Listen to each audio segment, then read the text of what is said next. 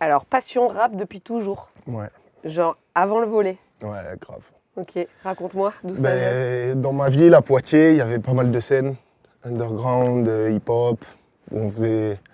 Les plus grands faisaient venir des artistes, tu vois, et à la fin de chaque event, il y avait un open mic, ce qu'on appelle un open mic, où les jeunes de la ville pouvaient venir prendre le micro et rapper, tu vois. Et ça a démarré comme ça, et puis après on a formé un groupe avec des potes avec qui on venait là-bas, et puis après ça m'a jamais quitté. Hein. Et le rap tout de suite. Ouais, Ouais. direct.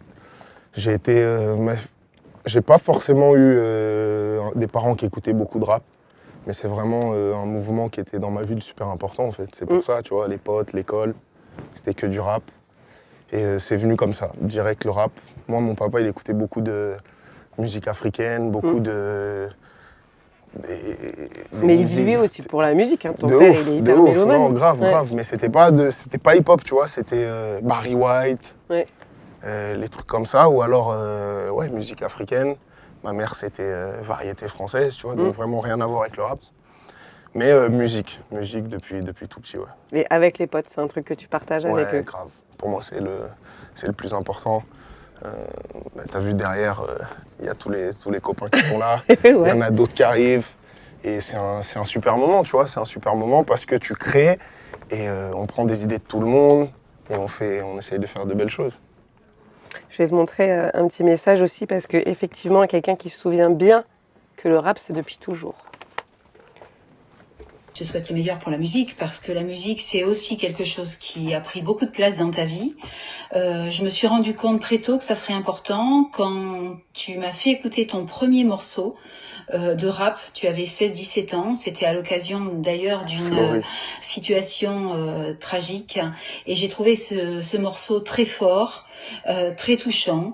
Et voilà, j'ai su que ça prendrait beaucoup de place. D'ailleurs, en rangeant tes cahiers d'écolier, j'ai vu qu'ils étaient noircis de texte. Les cahiers de maths, hein, je précise. Donc ça explique beaucoup de choses. Voilà, donc j'ai confiance pour que tu réalises tout ce que tu aimes, que tu continues de nous enchanter, envoler et que tu t'éclates aussi en musique. Trop chouchou, maman.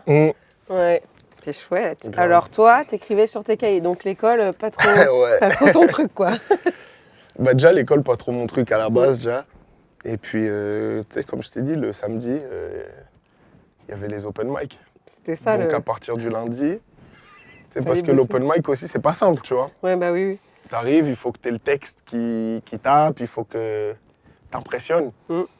Mais le texte, tu le prépares le lundi. Et c'est le moment où tu le préparais, nous, on était tous au fond de la classe et chacun commençait à gratter son texte pour le samedi, pour l'open mic.